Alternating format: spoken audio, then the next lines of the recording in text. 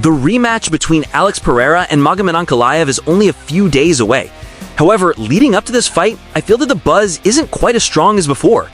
In their first meeting, Ankalaev was truly considered Pereira's final test and the toughest challenge of his career. The main narrative at the time was that Ankalaev's biggest threat came from his wrestling ability, not his striking. Back then, it was hard to imagine anyone beating Pereira in a stand-up fight. With his stellar kickboxing background and victories over some of the UFC's best strikers, many believed that if Pereira were to struggle, it would be against grappling. But in reality, he was defeated in the striking exchanges. That's the main reason why this rematch doesn't feel as electrifying, because the outcome of the first fight left such a strong impression. That being said, let's break down this fight. Perfect.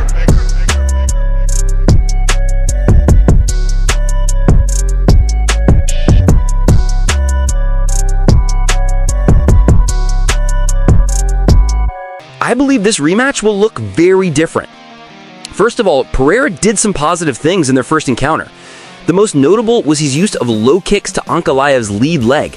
This was a clear weakness, since Ankalaev's boxing-heavy style puts a lot of weight on the front leg. Pereira exploited that opening effectively and gained a lot from it. Another bright spot was Pereira's impressive takedown defense. He trained well and surprised many people. Going into the fight, most expected Ankalaev's game plan to be about taking him down, controlling him on the ground, and beating him there, similar to Khamzat Chimaev's style. Yet Pereira stuffed almost every takedown attempt. Still, I think Pereira's main problem remains the same. He will almost certainly struggle in boxing exchanges. Ankalaev is faster, more technically sound, and has tighter defense. The harsh truth from their first fight is that Pereira actually avoided prolonged striking exchanges, which may have spared him from an even worse outcome. If he tries to engage more aggressively this time, I believe he will become an easy target. The biggest factor, in my opinion, is speed. This isn't just technical, it's physical. Ankalaev is younger, while Pereira is aging. He was never known for speed, and in the brief exchanges we saw, he lost almost every time. Even if he mixes up his offense more, throwing body kicks, head kicks, or teeps, it's still hard to imagine him winning close-range striking battles.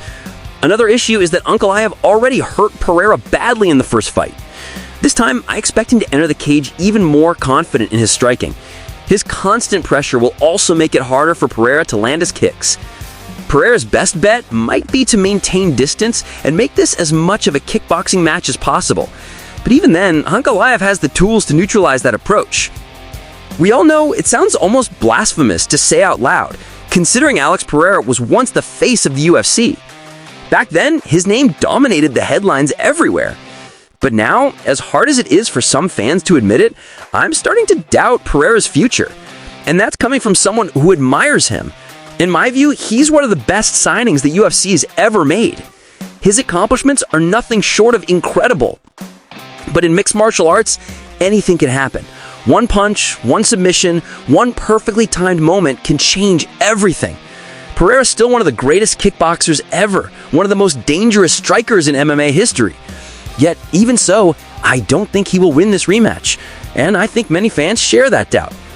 That brings us to the big question. What happens if Pereira loses? This opportunity is essentially a gift from the UFC after his last defeat. He was immediately granted a rematch to reclaim the belt. But if he fails again, this might be his last chance. Pereira is a true champion, active, entertaining, with a lethal fighting style and the ability to finish fights spectacularly. That's exactly the type of champion the UFC needs, especially in a light heavyweight division that has lacked excitement. Magomed Ankalaev, on the other hand, is a fantastic fighter with a genuinely interesting style, but he simply hasn't been active enough. If he fought at least twice a year, that would already be enough to build this division properly.